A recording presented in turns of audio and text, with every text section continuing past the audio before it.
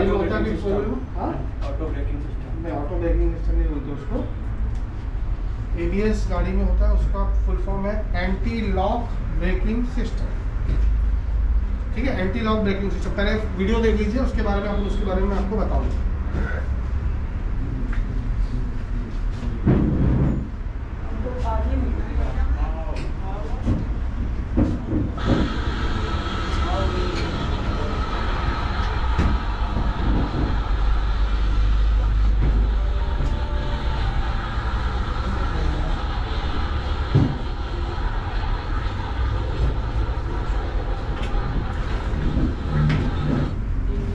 ये जो आपने वीडियो देखा ये है विदाउट ABS।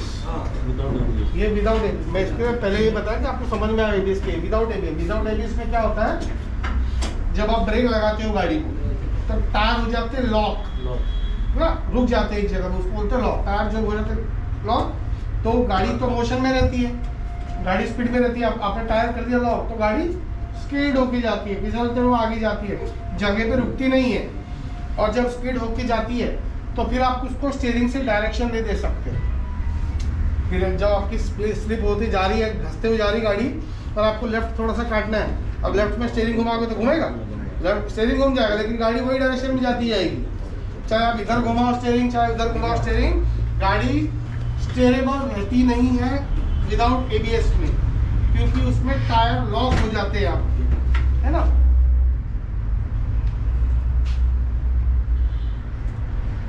अब ये ABS वाला देख लीजिए।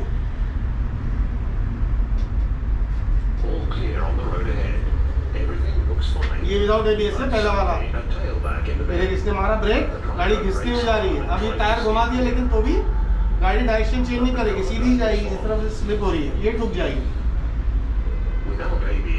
ये विदाउट ABS है। अब आएगा ABS वाला, ये ABS के साथ है। But suddenly a tailback in the bend. The driver brakes hard and avoids an accident by steering to the left. समझ में आया क्या हुआ? With ABS, the vehicle remains steerable. Tyre lock नहीं हुए, Because ABS prevents लॉक नहीं हुए। क्या होता है, जब आपको लगाना है एक ही बार ब्रेक, आपने दबा दिया ब्रेक, लेकिन ब्रेक का उसका फंक्शन ऐसा है ABS का कि वो ब्रेक को पकड़ेगा छोड़ेगा, पकड़ेगा छोड़ेगा, पकड़ेगा छोड़ेगा, तो क्या गाड़ी का टायर लॉक नहीं होगा और गाड़ी को आप डायरेक्शन दे सकते, जैसे उसने काट लिया ना इस साइड। तो ये फायदा है ABS का, वो टायर को लॉक नहीं होने देता है। और 1 सेकंड में आपको एक बार दबाना, लेकिन वो 1 सेकंड में बहुत बार कट कट कट कट इतना जल्दी जल्दी लॉक करेगा, छोड़ेगा छोड़ेगा, ताकि आपकी गाड़ी स्टेयरेबल हो, आप डायरेक्शन दे सको, साइड में हो सको। तो ये ABS सिस्टम, ठीक है।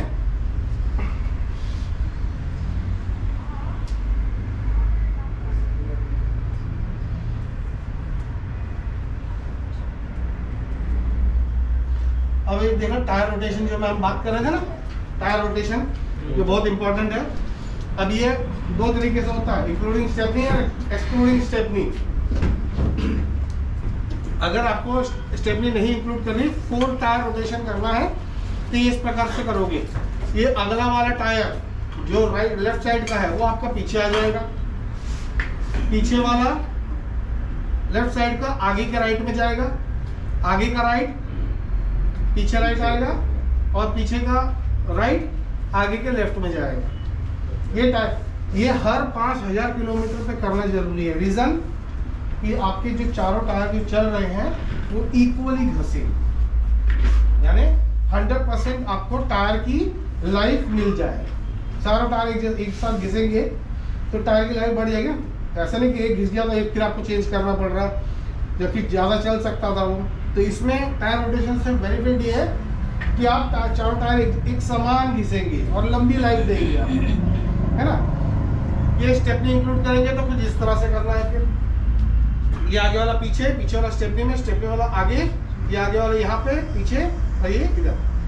अब इसमें करने से क्या है, कई बार ऐसा होता है टायर हमारे घसते जाते, स्टेपनी एकदम ब्रांड न्यू पड़ी होती है, चकाचक, है ना।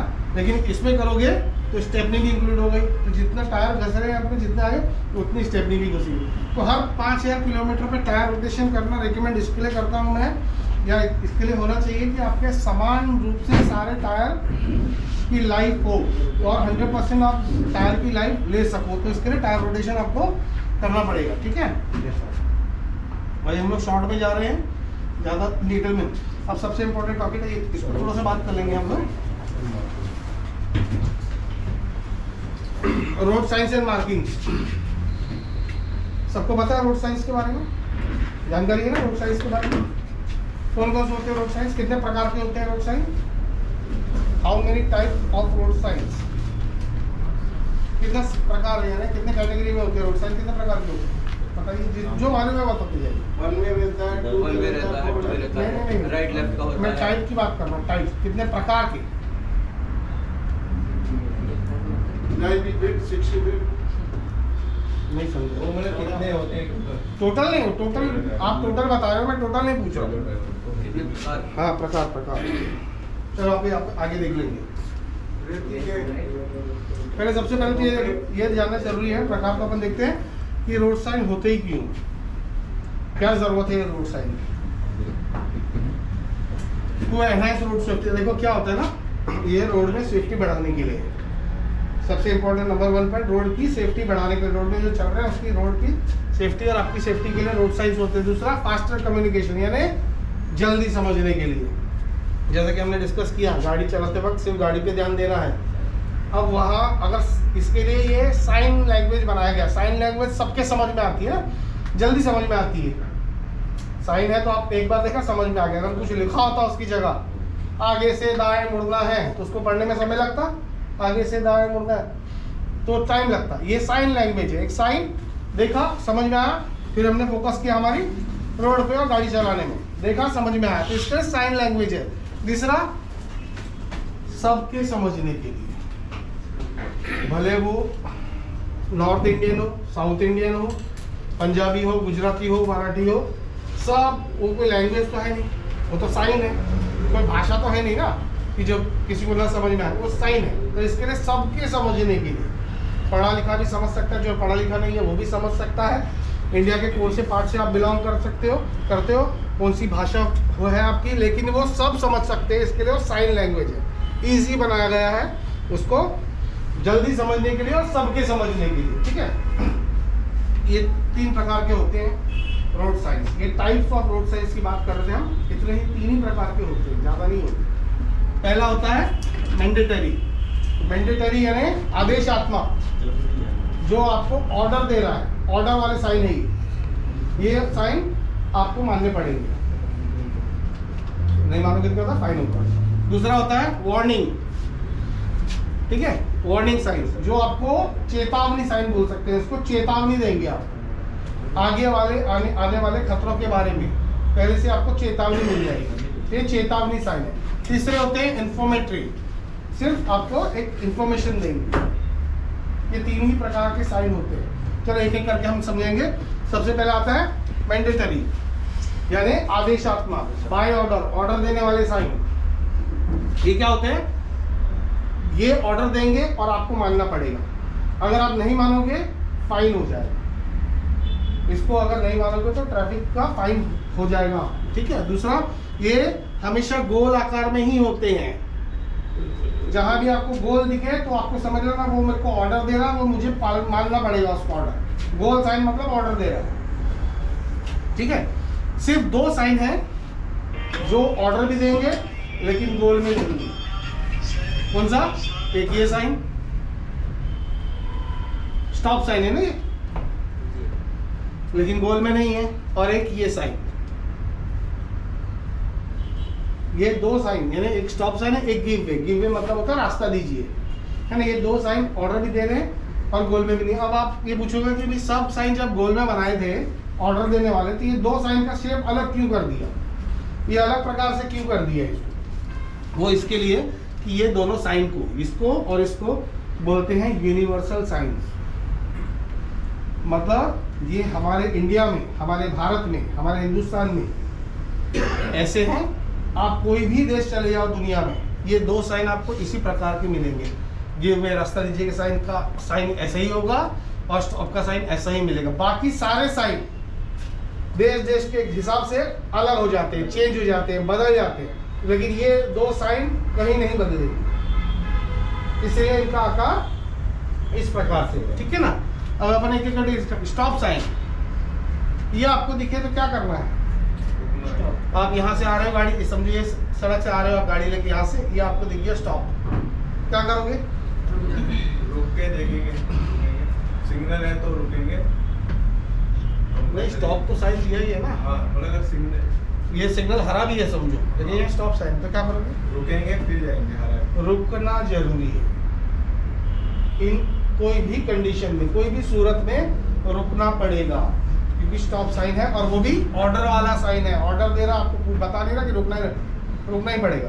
रुको, देखो सब क्लियर है, रास्ता क्लियर है, उसके बाद जाओ। एक साइन है, ये आप यहाँ से रोड से आ रहे हो, ये आ गया यहाँ पे, गिव वे, रास्ता दीजिए, क्या करोगे? रास्ता, इसका साइन का मतलब है रास्ता दीजिए, लेकिन किसको रास्ता दोगे आप? कहाँ से? यहाँ से? क्रॉस करने वाले पब्लिक को। वो साइड का ये मतलब जो सामने वाला ट्रैफिक है ना रोड पे, उसको पहले जाने देना है आपको। जब आपका वे क्लियर हो जाएगा, जब आपका रास्ता क्लियर हो जाएगा, तभी आपको जाना है। अब इससे समझ में गिव वे, तो आपको मालूम है, ये बोल भी सकते हो आप, रास्ते का अधिकार किसको है ना? उस वाले को फर्स्ट है। इसमें इस केस में तो यहाँ पे तो साइन ही दिया हुआ है, लेकिन कई कई जगह पे साइन ही नहीं है, समझो साइन नहीं है। अब ये आ रहा है, ये आप भी जा रहे हो, झगड़ा इसी बात पे हो जाता है ना कि मैं पहले जाऊंगा, मैं पहले जाऊंगा, इस बात पे कभी कभी भिड़ तो जाती है। लेकिन ये डिसाइड कौन करेगा कि किसका रास्ता का अधिकार किसका, पहले जाने का अधिकार किसका है? वो कैसे डिसाइड होता है? जहाँ साइन होगा, नहीं, साइन नहीं है उधर, जो स्टेट रोड है फर्स्ट। नहीं, इसका फैसला ऐसा होता है। सही हो, हाँ, जिसका सिग्नल लगा है वही तो जाएगा पहले। नहीं ऐसा नहीं होता है, जिसको मतलब जो आगे है वो डिपर दे दिया अगर पहले। ऐसा भी नहीं है, ऐसा भी नहीं है। ये टी रोड है ना, जो स्ट्रेट है फर्स्ट उसके। देखो सिंपल वे में समझ लेना इस चीज को, ताकि आगे आपको प्रॉब्लम नहीं आएगी। जो चौड़ी सड़क पे है वो पहले जाए। ऐसा नहीं होता कि जिसकी गाड़ी बड़ी है वो वैसा नहीं होता, क्योंकि जिसकी गाड़ी बड़ी है वो नहीं, जो बड़ी सड़क पे है वो उसका रास्ते का अधिकार पहला है, वो पहले जाएगा, आपको रुकना ही पड़ेगा। अगर आप कनेक्टिंग रोड पे जा रहे हैं, आप कनेक्टिंग रोड से हाईवे टच हो रहे हो, हाईवे वाला पहले जाएगा, बड़ी सड़क पे है वो, हमको रुकना पड़ेगा। जब वो चला जाएगा रोड क्लियर, तभी हम एंटर कर सकते हैं, उसके पहले नहीं। सेम वे जैसा कि बता रहे हैं, चढ़ान पे गाड़ी आ रही नीचे और एक चढ़ रही है, रास्ता उतना कम है कि एक को थोड़ा सा साइड होना पड़ेगा। कौन होएगा साइड में? जो उतर नहीं, जो चढ़ रहा है साइड देना पड़ेगा। क्या जो चढ़ रहा हो? नीचे वाला साइड देगा, जो नीचे से चढ़ रहा है वो कैसा देगा जगह, पीछे वाला कैसा देगा? चल रहा है वो स्लो नहीं कर सकता, स्लो कर देगा तो मौसम जो जो उतर रहा है, यहाँ इस केस में रास्ते का अधिकार है, जो चढ़ रहा है वो नहीं रुकेगा, क्योंकि उसका मोमेंटम टूट जाएगा, वो नहीं रुक सकता है। जो उतर रहा है ना, उसको ही बाजू में होना पड़ेगा, ये नहीं रुकेगा, इसको सीधा जाने देना पड़ेगा। भले वो मोटरसाइकिल वाला हो और अपन कार वाले हो, हम कार चला के जा रहे हैं, लेकिन वो चढ़ रहा है ना मोटरसाइकिल, तो आपको साइड होना पड़ेगा उसके लिए, आपको उसको जगह देनी पड़ेगी जाने की, क्योंकि राइट ऑफ वे यानी रास्ते का अधिकार वहां पे उस जगह पे उसका है, अपना नहीं है। तो ये सारी छोटी छोटी चीजें जो आपको समझना है, ठीक है। बाकी तो बड़ा आसान है समझने के लिए, आजकल ये लिखा भी होता है, नहीं भी लिखा होगा तो समझ जाओगे ना आराम से देख के कि जाना है, कट मार दिया मीन्स नो एंट्री है। फिर फटाफट एक बार देख लेंगे, ये वन वे है, आना माना है, जाना ठीक है, दोनों साइड से नहीं जा सकते, प्रोहिबिटेड है, कार नहीं जा सकती, या बाइक वाले नहीं जा सकते, ट्रक नहीं जा सकता, बैलगाड़ी नहीं जा सकती, टावा नहीं जा सकता, हाथ गाड़ी नहीं जा सकती, साइकिल नहीं जा सकती, पैदल यात्री नहीं जा सकते। पैदल यात्री कहाँ नहीं जा सकते, कहाँ लगा होता है वो? हाईवे पे, ठीक है। राइट टर्न नहीं ले सकते, लेफ्ट टर्न नहीं ले सकते, यू टर्न नहीं ले सकते, ओवरटेकिंग नहीं कर सकते, हॉर्न नहीं बजा सकते। कहाँ कहाँ होता है ये हॉर्न नहीं बजाना?